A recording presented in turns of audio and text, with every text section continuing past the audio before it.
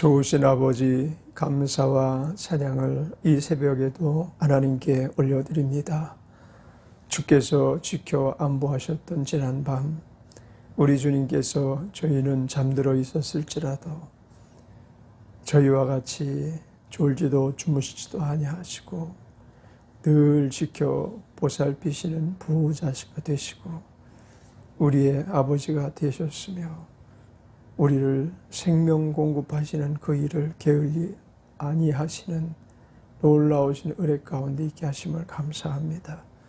이제 한날 시작부터 주께서 영광을 받으시며 찬미와 찬송과 기도와 간구 안에서 예배를 또한 받으시는 가운데 오늘 한날이 오직 주님께 기억되는 되시는 한날, 저희가 하나님을 모시고 사는 한날 되게 하옵소서.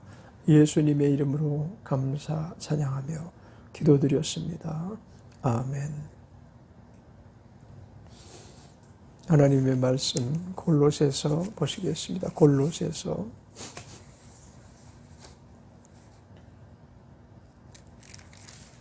빌립보서 다음에 골로새서 1장 1절로 8절까지 읽겠습니다.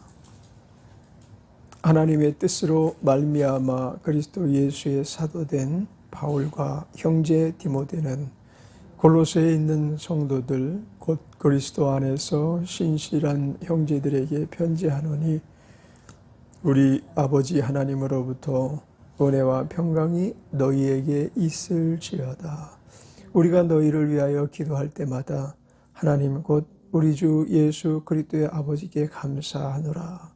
이는 그리스도 예수 안에 너희의 믿음과 모든 성도에 대한 사랑을 들으며 너희를 위하여 하늘에 쌓아둔 소망을 인하매니 곧 너희가 전에 복음 진리의 말씀을 들은 것이라. 이 복음이 이미 너희에게 이르매 너희가 듣고 참으로 하나님의 은혜를 깨달은 날부터 너희 중에서와 같이 또한 온 천하에서도 열매를 맺어 자라는도다. 이와 같이 우리와 함께 종된 사랑하는 에바브라에게 너희가 배웠나니 그는 너희를 위하여 그리스도의 실실한 일꾼이요 성령 안에서 너희 사랑을 우리에게 고한 자니라. 아멘.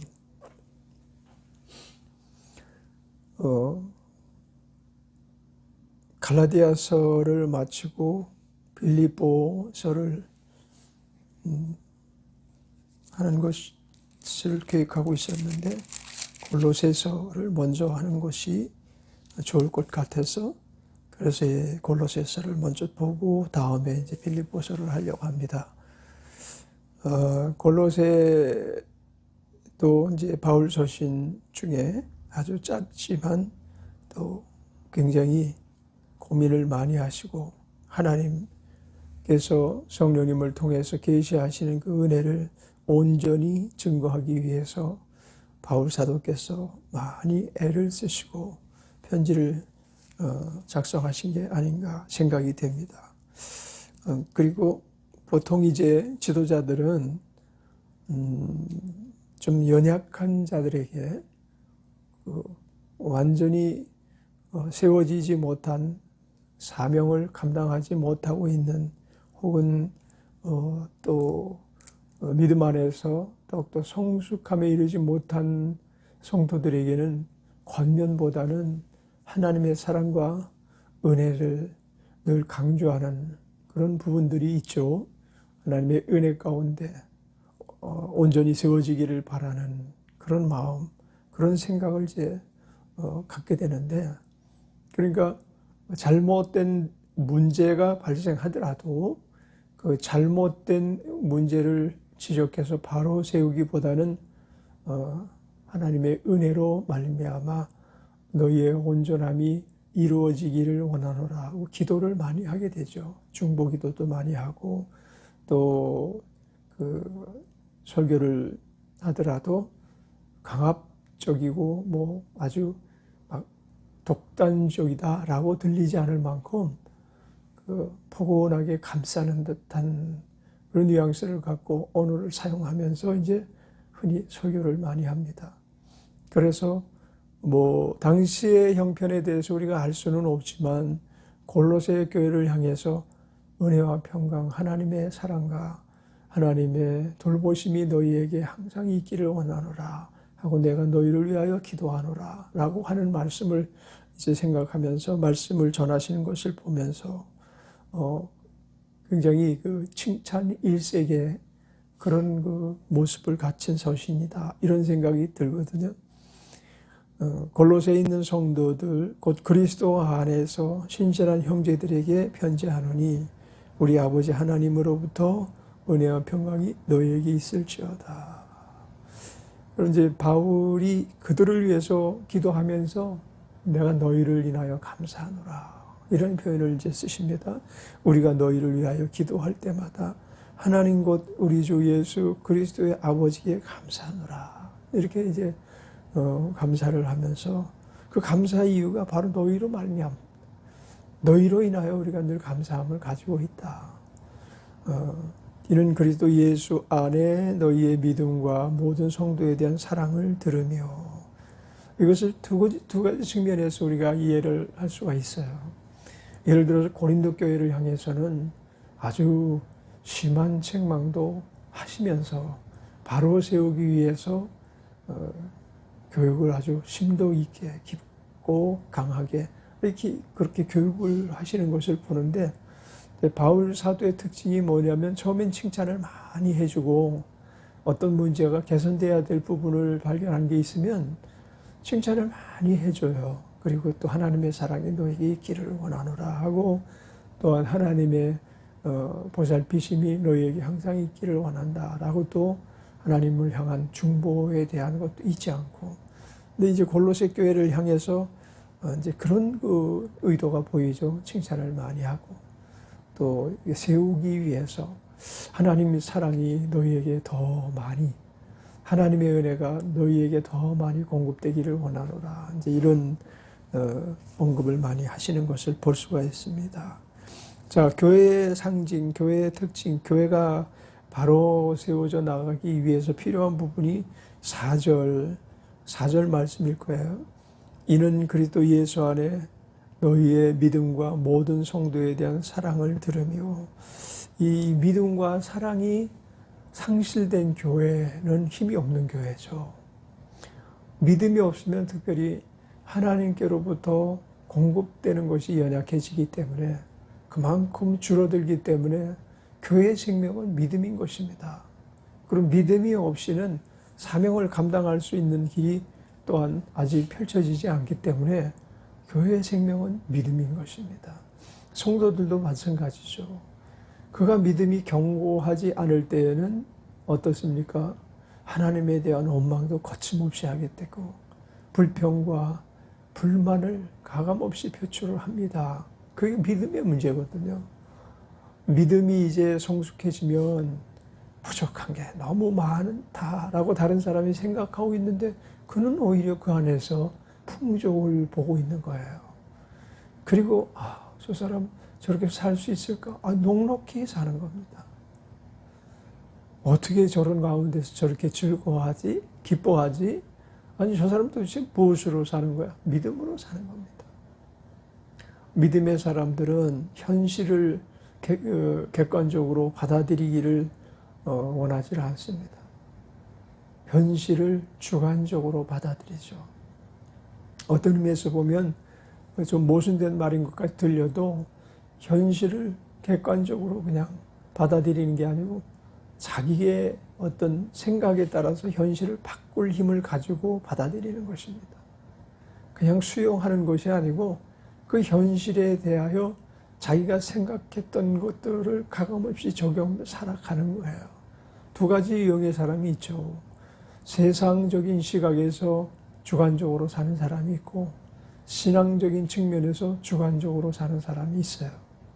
신앙적으로 우리는 정말 주관적인 삶을 살 줄 알아야 돼요.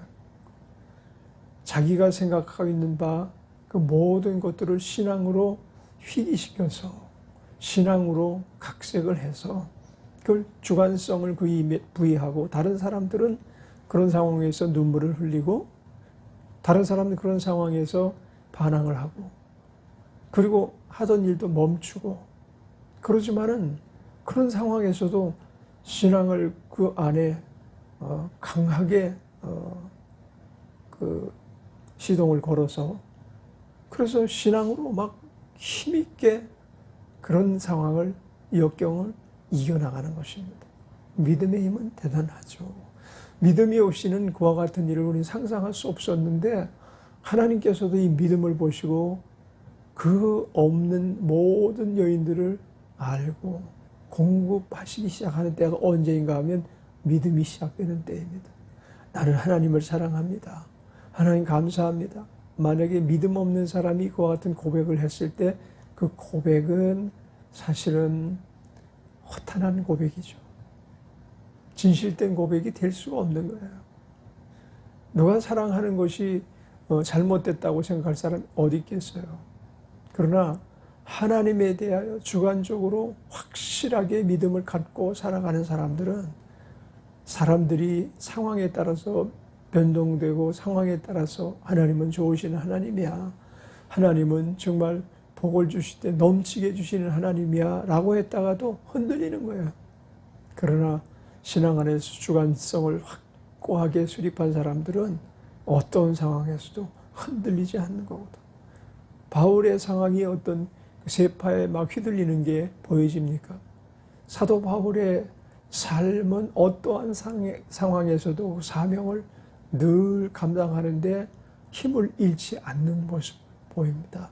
그가 옥에 갇혔을 때도 그랬고, 그가 또 몸이 아플 때도 그랬고, 그가 모든 일에 누명과 그 심한 핍박을 받을 때에도 그의 신앙 갈 길은 중단되는 일이 없는 것입니다. 그의 믿음의 주관성이죠. 이미 자기 것이 되어져서 어떤 상황에서도 흔들림이 없는 그런 모습, 그런 모습이 되기 위해서 두 가지를 요구하는 거죠. 이것은 칭찬하지만 또한 요구하는 거죠. 우리가 자녀들을 칭찬할 때 우리의 요구가 그 안에 많이 들어가 있는 것입니다. 암개야, 너 정말 진짜 이런 건 너무 잘한 것 같아. 이거는 부모들이 그 일에 대하여 자녀들에게 요구하는 거예요.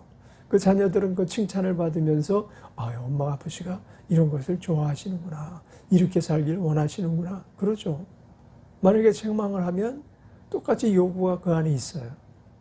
그렇지만 칭찬할 때 들어있는 요구는 뒤에 감춰진 것 같고, 책망할 때 이건 앞에 펼쳐져 있는 것 같은데, 받아들이는 사람의 입장에 있어서 어떤 믿음이 출중하고 자기가 늘 주관적인 믿음을 갖고 있는 사람에게는 이와 같은 책망이 거슬림으로 듣는 것이 아니고 자기를 돌이키는 힘으로 받아들일 수가 있지만, 그러나 아직도 믿음의 주관성이 없이 다른 사람의 믿음과 그저 방불한 것 같이, 세상에 사는 사람들과 같이 상황에 따라서, 현실에 따라서 흔들리는 경우라고 한다면, 책망보다는 칭찬이 먼저 주어질 때, 그때 이제 하나님이 우리를 사랑하시는구나, 그렇게 생각할 거고, 성도 입장에서 보면, 자녀 입장에서 보면 어머니가, 아버지가 우리를 사랑하시는구나, 이렇게 받아들일 것입니다. 그래서 이 두 가지 경우로 생각할 수 있는데, 물론 바울 서신이 편지를 보낸 곳마다 다 문제가 있어요. 그리고 더 발전하고 더 앞으로 나가야 될 필요성이 있어서 편지를 보내시거든요. 잘 나가고 걱정할 것이 없이 잘할 때는 그냥 잘한다고 칭찬하는 것으로 끝날 텐데, 이제 조금 문제가 있는 것을 지적하기 위한 칭찬은 칭찬해서 그런데 이러면서 이제 이런 부분이 좀 바뀌어졌으면 좋겠어. 그러면서 그 뒤에 이제 목적을 드러내죠. 그 교회가 어떠한 목표를 지니고 나아가야 되는가. 우리가 4절에서 볼 때 교회는 첫째로는 그리스도 예수 안에 있어야 되겠다. 둘째는 예수 안에 있는 것이 믿음이다. 그리고 믿음은 무엇으로 증거가 되는가 하면 사랑으로 증거가 된다. 이제 이런 내용을 담고 그 고로새 교회를 칭찬하고 있는 것 같습니다. 너를 위하여 하늘에 쌓아둔 소망을 인함이니 곧 너희가 전에 복음 진리의 말씀을 들은 것이라. 이 복음이 이미 너희에게 이름에 너희가 듣고 참으로 하나님의 은혜를 깨달은 날부터 너희 중에서와 같이 또한 온 천하에서도 열매 맺어 자라는도다. 이렇게 말씀하고 있습니다. 우리가 예수 안에서의 삶, 그리스도 예수의 사람이 되게 하는 요인, 그것은 믿음입니다. 예수 안의 삶은 사랑을 드러내는 것입니다. 교회를 사랑하고 하나님을 사랑하고 이웃을 사랑하고 그리고 자기가 하는 일을 사랑해야만 하는 거죠. 자기가 자기를 또한 사랑하지 않고서는 믿음 있는 사람이라고 말할 수 없습니다. 믿음 있는 사람은 상징적으로 나는 하나님의 자녀다. 이것은 최고의 사랑인 것입니다. 자기를 향한.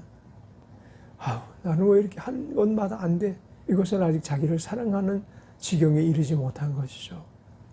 그래서 우리의 목표는 우리가 우리를 정말 지극히 하나님 자녀답게 사랑하면서 살아가는 것이고, 그럼 하나님 자녀답게 사는 삶의 가장 원동력은 어디부터 출발하는가 하면 하나님을 사랑하는 것이죠. 그리고 하나님을 사랑하는 그 이유로 인하여 우리가 하나님 사랑받는 것 물론 아닙니다. 우리가 하나님 사랑을 받았기 때문에 하나님을 사랑할 수 있는 것이거든요. 그 하나님 사랑 받을 수 있는 제1 원인이 무엇입니까? 믿음을 갖기 시작하면서 하나님 사랑을 받는 것입니다. 아브라함을 향해서 하나님께서 내가 너를 믿음의 조상이 되게 하리라. 너는 많은 민족의 아버지가 될 거야. 어버이가 될 거야. 민족의 조상이 될 거야. 이렇게 말씀하셨을 때 무엇을 보고 그렇게 말씀하셨습니까? 그 모든 공급이 아브라함이 하나님을 믿음에. 그렇습니다. 우리가 하나님을 믿기 시작하면 사랑이 흘러내리지 아니할 수가 없는 거예요. 하나님께서 불신자를 불쌍히 여기시는 마음, 긍휼히 여기시는 마음이 있지만 불쌍한 사람들, 불신자들을 하나님께서 사랑하시 없는 거예요. 하나님이 사랑하실 수 있는 제일 조건은 그리스도 예수의 사람, 즉 믿음으로 사는 사람이 되고 그 믿음으로 말미암아 하나님과 연동되어 살아가는 사람, 그 사람을 사랑하시는 거죠. 하나님을 외면하고 만유리 여기고 자행자족하면서 살아가는 사람에게 만약에 하나님이 사랑을 베푸신다면 하나님 불의하신 하나님인 거예요. 사랑을 받지 못할 만한 사람에게 사랑하실 수 있는 것이 하나님 사랑이시지만 그러나 불의한 자에게도 하나님이 어려움 속에 있는 믿음으로 사는 사람과 같이 함께 사랑한다면 그건 문제가 있는 거죠. 그래서 참으시는 거죠. 사랑이 없으셔서 사랑이 그게 흘러내려가는 게 아니고 사랑을 받을 수 있는 믿음의 사람이 될 때까지 하나님 기다리시는 거예요.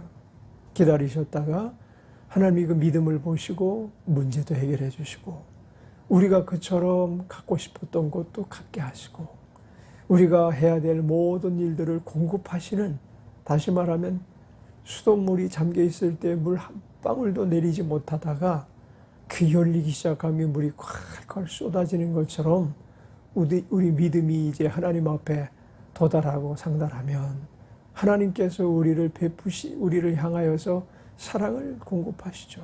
그 사랑 안에는 무수한 것이 담겨 있습니다. 물론 돈도 들어있을 수 있고요.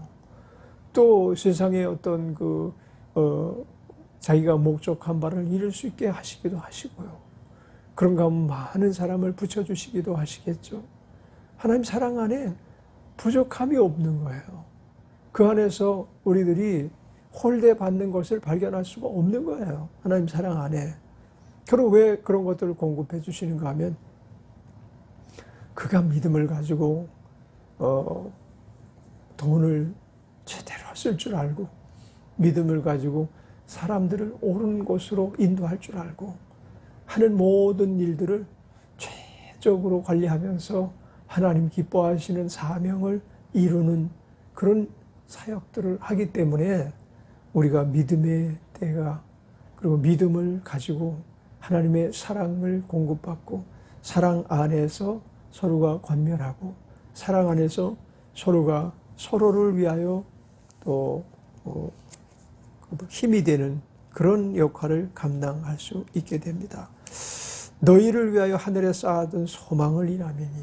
자, 믿음의 사람의 두 번째 이제 확실하게 나타나는 그 삶의 가치는 우리가 하늘의 소망을 가지고 그 소망을 이루면서 살아가는 것 아니겠어요?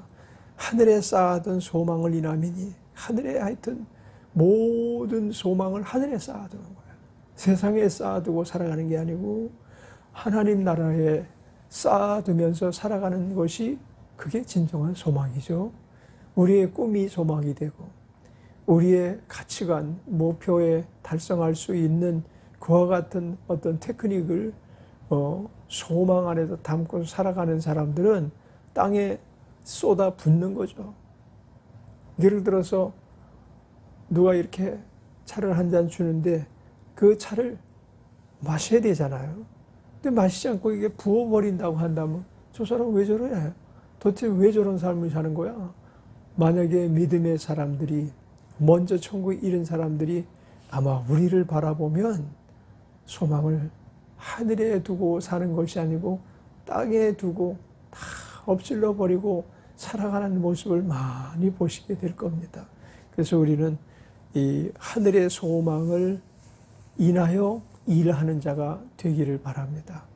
어떤 하늘에서 우리에게 지시하는 소망이 아니라 우리가 수락하여 정말 우리는 하늘에 이렇게 소망을 이런 것도 쌓아두고 저런 것도 쌓아두고 나의 있을 영원한 처소에 우리가 이 땅에서 이룬 것들이 하나도 외면당하지 않고 하나씩 하나씩 차곡차곡 쌓여질 수 있기를 바랍니다. 하는 일들이 곧 그 소망을 인하여 하는 거예요. 그리고 우리가 추구하는 모든 이유가 그 소망 때문인 거예요. 소망이 없는 사람, 다시 말하면 꿈이 없는 사람은 사실은 죽은 자와 방불한 삶을 사는 것입니다. 우리는 소망을 하늘에 쌓아두고 살아갈 수 있게 되기를 바랍니다. 그것이 곧 복음 안에서의 삶이죠. 복음, 그러면 우리는 거창하게 그리스도께서 우리를 위하여 몸짓고 피 흘려 죽으셨고 우리는 그 안에서 구원을 받았고 우리는 하나님 자녀가 되었습니다. 이것만이 복음이 아니고 복음을 아는 사람들, 복음 안에 있는 사람들은 소망을 그러므로 그분이 계신 그곳에 쌓아두고 그리고 우리의 하는 삶의 목표가 다 그곳에 쌓아둔 소망을 인함으로 우리의 일이 가치가 있게 되어지고 하나님께서 적극적으로 서포트해 줄 수 있는 그런 일들이 되는 줄 믿습니다.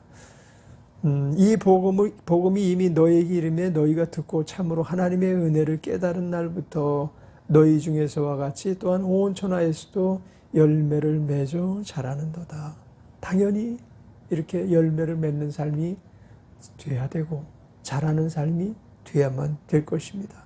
왜냐하면 하나님의 은혜를 깨닫고 나니 당연히 우리는 하나님 안에서 풍성하게 자라거든요. 은혜를 받지 못하면 자랄 수 없는 거예요. 믿음의 사람에게 있어서 에너지의 공급은 언제 주어지는가 하면 은혜를 받으면서 주어지는 거예요. 우리가 화분에 물을 주잖아요. 물을 주지 않으면 얼마 가지 않아서 식물들이 시들시들해집니다.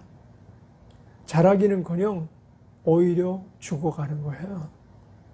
그래서 믿음의 사람들에게 필요한 것은 항상 하나님 은혜 안에 잠겨 사는 것입니다.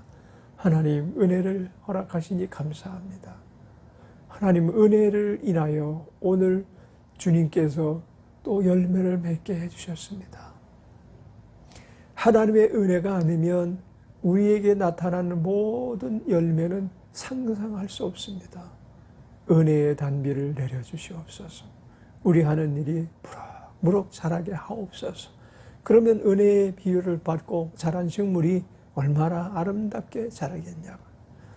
그 필요한 자양분을 공급해 주시는 모든 요인들이 은혜 안에 담겨 있는데 아까 하나님의 사랑 안에 모든 것이 담겨 있다고 말한 것 같이 그 사랑, 이것이 바로 은혜로 말미암아 우리에게 공급되어지는 것이라고 생각한다면 얼마나 대단한 것입니까?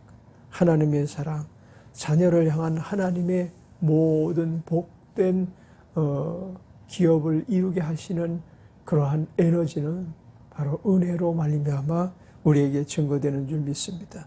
7절에 이와 같이 우리와 함께 종된 사랑하는 에브라에게 너희가 배웠나니 그는 너희를 위하여 그리스도의 실실한 일꾼이요 성령 안에서 너희 사랑을 우리에게 고한 자니라. 자, 에바브라가 골로새 교회에 사역을 했던 그 시기에 많이 성장했던 것 같아요. 골로새 교회가 뭐 순회 사역자들이 많이 있었겠지만 바울도 그 중에 한 분이고요. 근데 이 에바브라가 은혜가 엄청 깊었던 분이었던 거죠. 하나님의 사랑과 은혜를 알고 에바브라는 하나님 앞에 헌신된 사람입니다. 그래서 우리가 열매를 맺는다라는 것은 이런 헌신을 통해서만 나타나는 것 아니겠어요? 에바브라처럼 그가 은혜에 듬뿍 잠겨 있었으니까 그가 골로새 교회를 은혜 있는 교회를 만들어 가는 거예요. 지금 예를 들어서 에바브라가 없어도 될 만큼 이 교회가 성숙한 교회는 아닌 게 틀림없어요. 에바브라는 그들을 끊임없이 지도하거든요. 우리 믿음은 에바브라라는 그와 같이 우리에게 어떠한 믿음의 길을 가야 되는지를 가르쳐주는 지도자가 꼭 필요해요. 누구든지 혼자서 깨닫는 것만으로는 부족해요. 특히 신앙 안에서 가르침을 잘 받는 것이 얼마나 대단한 일인지 몰라요. 은혜 있는 지도자에게 가르침을 받는 사람들 얼마나 은혜 있는 사람으로 바뀌어져 나갑니까? 그리고 이 은혜는 어디로 말미암아 공급되는가 하면 성령으로 말미암아 공급되는 거예요. 성령으로 말미암아 충만함을 입은 지도자로 말미암아 무럭무럭 자라는 교회는 은혜스러운 교회가 되는 것입니다. 그래서 바울이 그 교회를 막 칭찬할 때 또 다른 목적이 있죠. 오늘 우리가 읽은 본문에서 보면 에바브라를 칭찬하는 것입니다. 그러니까 이제 에바브라는 바울 입장에서 보면 중간급 지도자일 것 아니에요. 그죠? 여기저기 지도자를 이제 순회시키고 파송해서 1년이면 1년, 2년이면 2년, 3년, 4년 뭐 혹은 그곳 지역의 사역자로 심으시는 것이 하나님의 뜻이고 그것을 성령 안에서 또 집행하신 분이 이제 사도 바울일 것인데 사도 바울은 교회를 칭찬할 뿐만 아니라 교회가 이렇게 아름답다. 교회가 정말 은혜스럽게 정말 사랑이 서로 넘치고 믿음 안에서 하나님을 기쁘게 잘 생활하고 있다. 칭찬할 때 누가 기뻐합니까? 그 교회를 섬기는 종이 기뻐하는 거죠. 우리가 하나님이 보실 때 하나님께서 종아 너희가 정말 교회에 사랑을 많이 공급했구나. 나의 은혜를 제대로 알게 지도했구나 라고 칭찬받는 사람들이 모두가 되어야 될 줄 믿습니다.